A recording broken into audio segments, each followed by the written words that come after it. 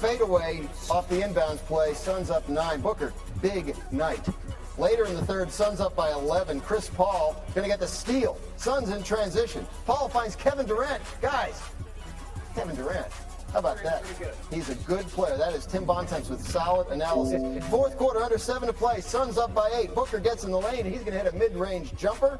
That puts the Suns up by 10. He's so dynamic off ball screens. I mean, if you turn your head for 1 second, he could change speeds. That's a 3 from Norman Powell that got the Clippers within 7, but it wouldn't be enough. Under a minute left, Suns up 6. Booker gets inside for the layup. And 1. Booker had 45 points in this game. Suns take a 2-1 series lead with the win.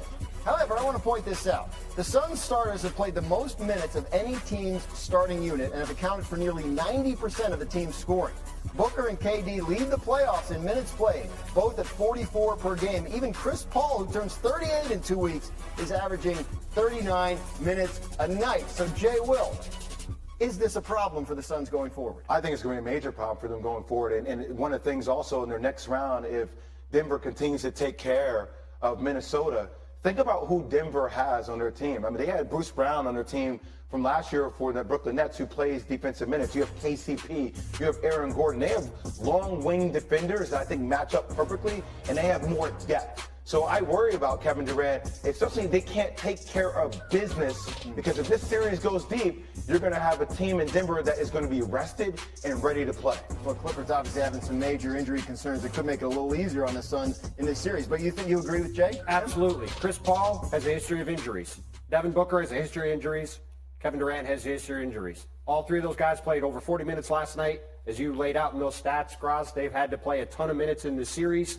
I think, to Jay Will's point, with no Kawhi Leonard potentially going forward, didn't play in Game 3 last night, the Suns have to win these next 2 games. They have to get the series over. They have to get done with this and get ready for Denver, which is going to be at altitude next weekend. Probably going to get through Minnesota quick. They got to be rested and ready to go for that series, or else they could be done quick. Yeah, we'll see how they can make quick work. Whether they can make quick work of the Clippers could be important to their chances going forward. Time now to shoot the J with Jay Williams. Jay, your biggest takeaway from the Warriors win? I mean, last night for me, it was the fact that people were trying to say that the Warriors are better without Draymond Green, and that they could not be more wrong. I mean, they are 14 points better this season per 100 possessions when Draymond Green is on the floor as opposed to off. And I said yesterday on the show that this was a must-win for Sacramento, because this momentum is going to swing, and you're recognizing that with the win last night by Golden State. How do the New York Knicks bounce back in Game 3 tonight against Cleveland? Well, look, you need Jalen Brunson to have an efficient, big-time game. It's something that you saw Darius Garland, you saw Donovan Mitchell, obviously have one of his career best in the postseason in assists. But Jalen Brunson is the key cog to this team. They're going to be physical. They're going to be aggressive. MSG is going to be live tonight, but it all starts with Brunson. Tomorrow you got Game 3 of that Lakers-Memphis series you talked about. What does Anthony Davis's stat line in that game need to look like for the Lakers? It better be aggressive, Tim. It better be aggressive. And I came on yesterday and I had a picture of Xavier Tillman. Now, I know that he got double-teamed, he got triple-teamed. But AD needs to be the AD that has been since they've been able to come through the trade deadline, because he's been the best player for their team. And LeBron James needs to take it personally with Dillon Brooks. That doesn't mean he needs to have 35 shots, but he needs to upscale the level of his energy from the beginning of the game, not ease into the game. I think we're all eager to see how LeBron handles Dillon Brooks after what happened earlier this week. That game is tomorrow, but we have a bunch of Game 3s tonight, a trio of Game 3s. You could see what they were doing, just trying to get a rise out of me. I'm too valuable, especially after the first one. And, you could see, what the game plan was. Gotta heat them, gotta, make me frustrated so I could get ejected. I'm too mature to put myself in a position where I'm gonna get ejected.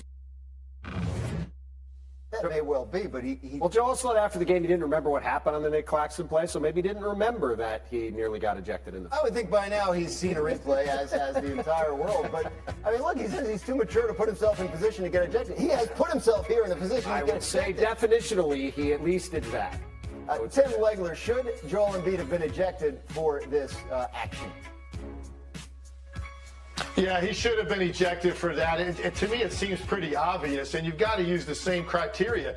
right? You're talking about a guy that was provoked. There's no question that Claxton provoked him by stepping over him, but there's also no question that Joel Embiid intentionally kicked up and intentionally kicked him in an area that he just happened to miss. So I guess the point is here, when you look at these two different plays with Harden and Embiid, if you're going to go put some work in on the speed bag, if you hit the target, it's one thing, and if you miss the target, it doesn't matter. And intent should be what you're talking about here, and that's why, for me, this should have been an obvious ejection. Now, if you're starting to talk about suspensions because Draymond got suspended after the fact, the league clearly said that past behavior played into that decision. There really isn't anything like that with Joel Embiid, so I don't know about a suspension, but there's no doubt he should have been ejected in the moment.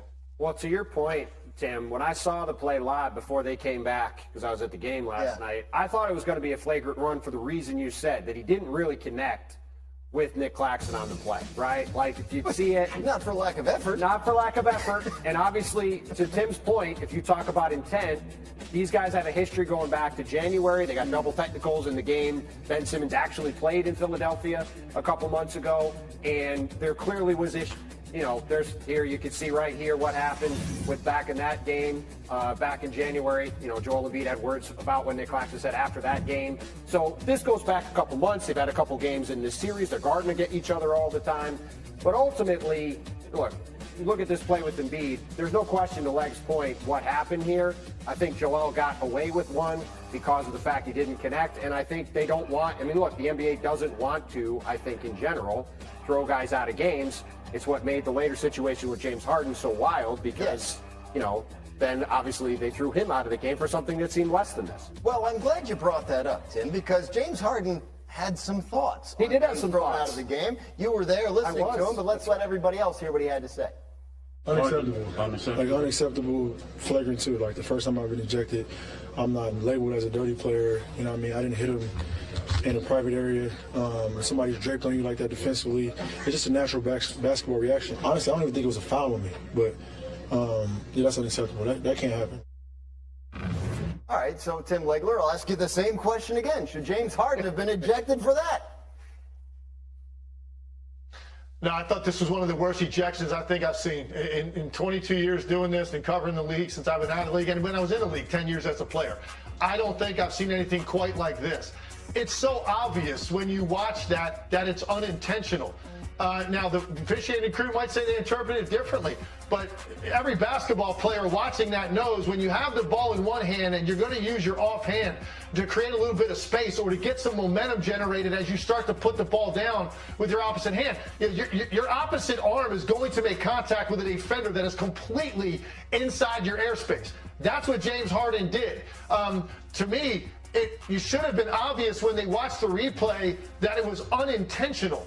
I don't even know. I agree with James Harden. I'm not even sure I'm calling an offensive foul on that play. I am certainly not calling a flagrant 2. And even if you wanted to take it to a place where you said it's a flagrant foul when that crew's looking at it courtside, it's got to be a flagrant 1 at most. It cannot be a 2 and toss a guy out of a game for that. So that was shocking to me. Yeah, all the press row was flabbergasted when this call was made in the arena. Like, I thought it was going to be an offensive foul. I was not even sure at first why they were reviewing it. It was crazy. And look, the NBA has created this problem where you have guys reacting whenever they get hit and going down and trying to get these flagrant foul reviews because a flagrant foul gets you 2 shots and the ball. Yeah. And on top of that, for James Harden, for example, Philly's trying to make a deep playoff run. Right. He now has 2 flagrant foul points. If you get 4 flagrant foul points, you get suspended for a game. So this has potential consequences down the road as well for the Sixers, and on top of the fact that they very easily could have lost this game and extended this series even further. So this is a significant problem I think the league is going to have to deal with because, again, Royce O'Neal in this situation, however badly he got hit, the fact that this caused a review and got James Harden thrown out of the game was a big boon to the Nets. Right, we're going to have a lot more on this as we go, but real quick, we've seen in the past, the NBA could rescind the flagrant or downgrade it, They could right? downgrade it. They could say it wasn't a flagrant at all. They could downgrade it to a flagrant 1.